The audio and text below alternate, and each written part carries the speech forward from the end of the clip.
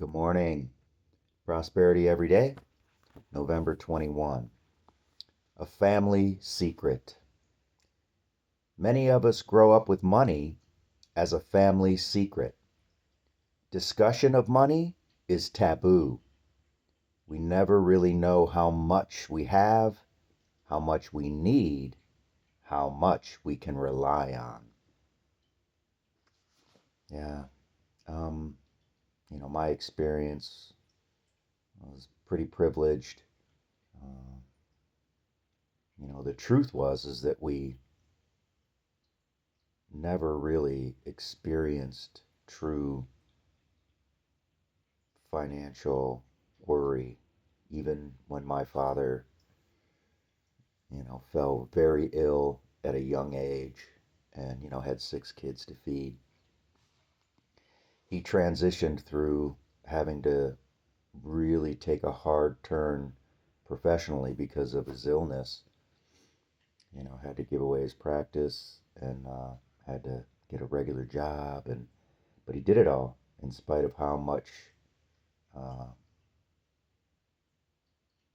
challenge. I mean, he had a stroke at you know in his late 40s, 6 kids to feed, and he sat in his room for about a year teaching himself how to speak again. He had lost the power to speak, the ability to speak, and he couldn't work with his hands anymore. He was an obstetrician delivering babies, and you can't deliver babies one-handed, so he had to make a change.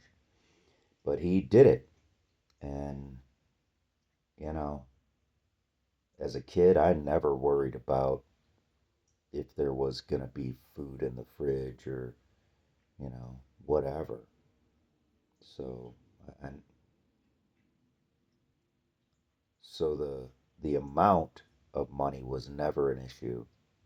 However, money as a whole was the number one source of toxicity in in our household, and it drove me to make some very harmful decisions when I was very young. The dynamic of the daily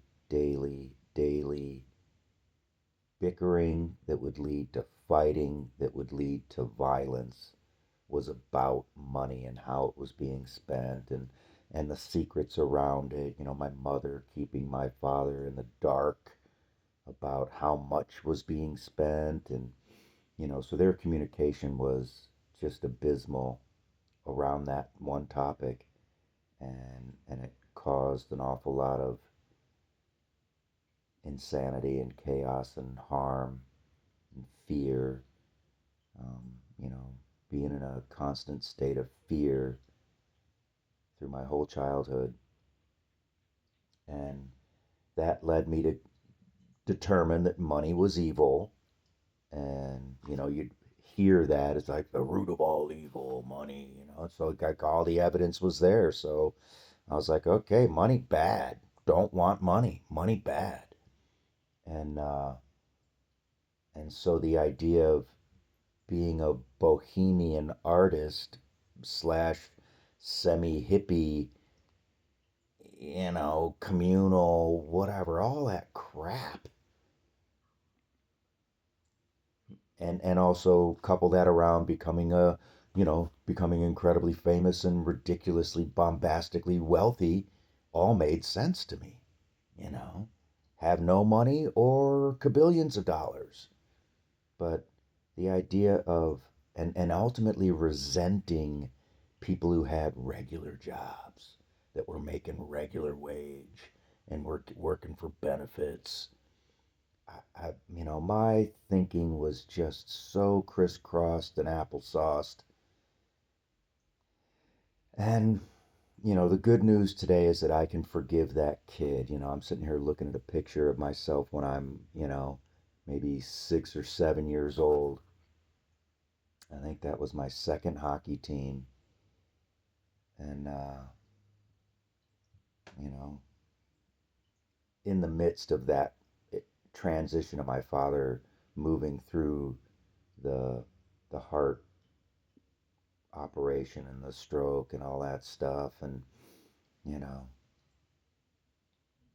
and I started making decisions to avoid money at all cost until I become a kabillionaire. You know, I hadn't had that thought yet. That didn't come around until I was like 19 or 20. But Miss Winks walking through. Um, but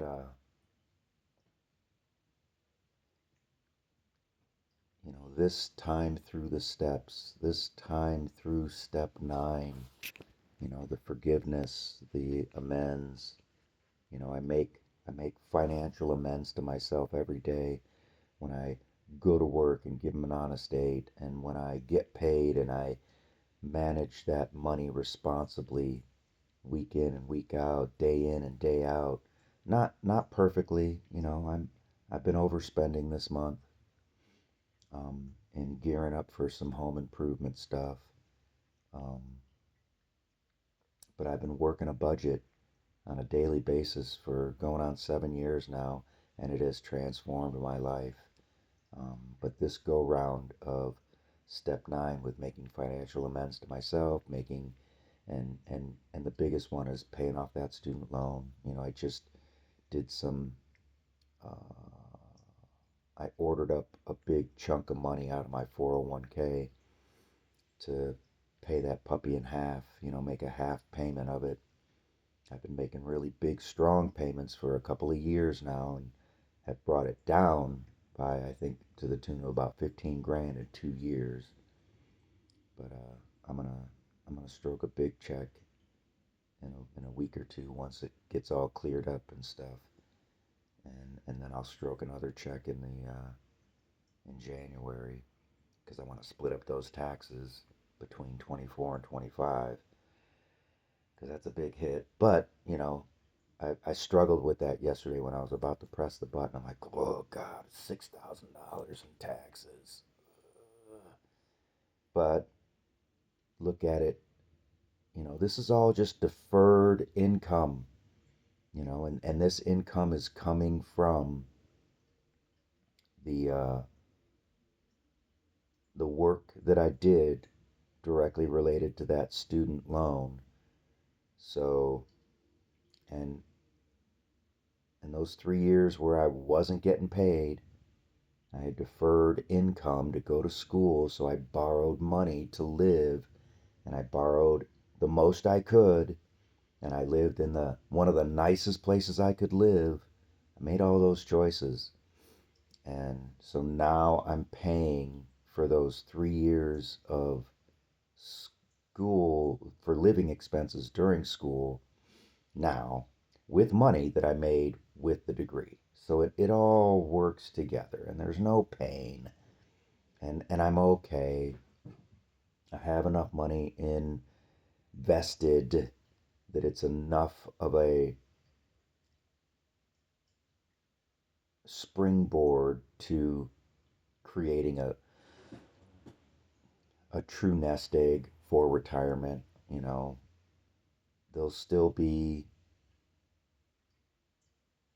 there'll still be a decent chunk in there to help grow a cushion for retirement. So I'm okay. And but ultimately, I am absolutely a result of the decisions that I made when I was a young person. And and again, I keep coming back to that ninth step, and it's the forgiveness. I forgive that young kid for making those choices based on the environment that I was in. And so I'm forgiven, and I've forgiven my parents for the circumstances that they were in. You know, they did the best they could, and their best was pretty damn good. You know, the idea that they did not get divorced, miraculous. Like they held to their commitment. They had integrity, you know.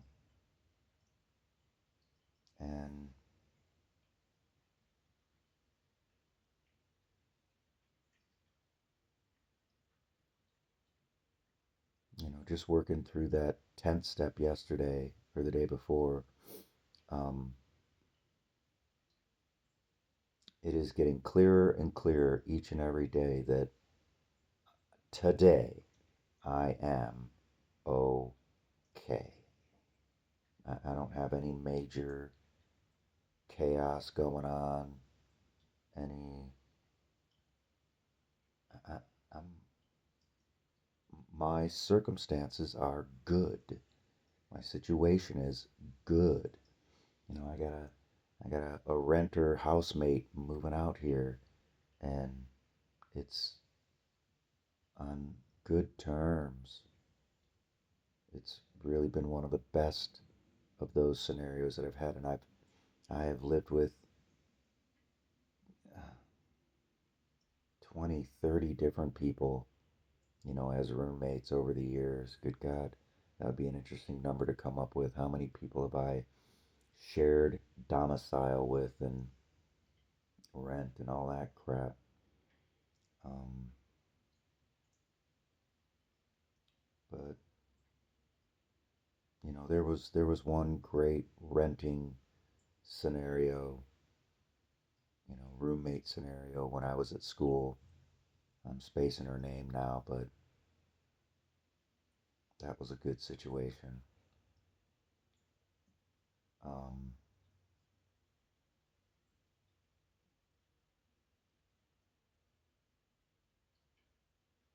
but you know, life is pretty damn good. It's beautiful out there today. Um, gonna go play hockey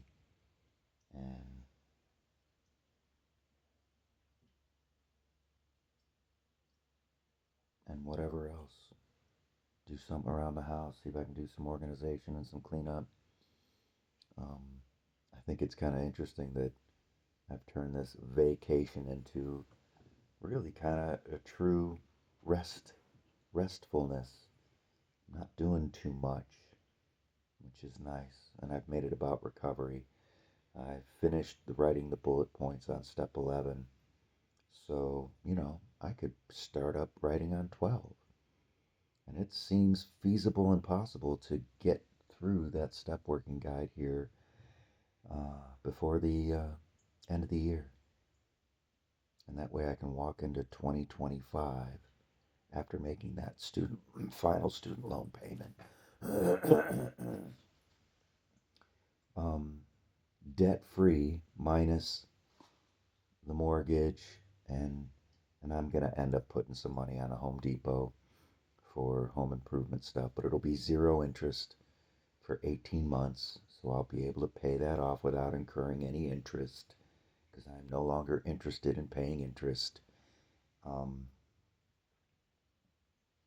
but the student loan will be gone, and and and I will be able to share the experience of having worked all 12 steps in the order in which they are written, following the step working guides from Narcotics Anonymous.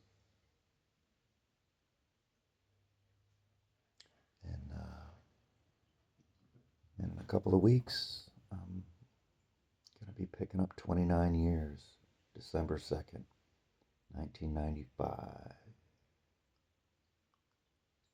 That's pretty awesome, being the 29-year club. And Thursday night meeting tonight, there's about 4 or 5, maybe 6 of us. I think it's 4 or 5. I think there's 5 of us that are all in the same year range. So Amber just got 29 a couple of months ago. I'll get 29 here. And then there's 3 more of us. Brian will be getting 29, and Doug, and I'm spacing the other dude's name. But I think there's 5 of us. They're all right in that same, you know, uh, 95, 96 zone. Clean and sober. Sober. Sober. So, anyways, nice little chit chat. Um, just for today, I'm still doing this stuff, and I am going to transition into um, different reading. I've done prosperity every day for, I think this is 2 years now. And, but I'm going to transfer into, probably an ACOA or an Al Anon, work on relationships for a month and then pick another one for a month. And that'll be the pattern moving forward is I'll just pick another 12-step recovery related morning meditation. And do that for a month to see how the other folks in recovery are doing their mornings. And I'm fully aware that the overwhelming majority of the subscribers on this are for Wink, and that's totally cool. Um, so Wink is for the public, and this stuff is really for me, and for however small that community is. But I like the idea of putting stuff out there that is real, not computer generated, not AI ish, and it's just, you know, one addict helping another. Um, but it's clear to me that this morning work is the foundation of sanity and serenity. So, have a great day.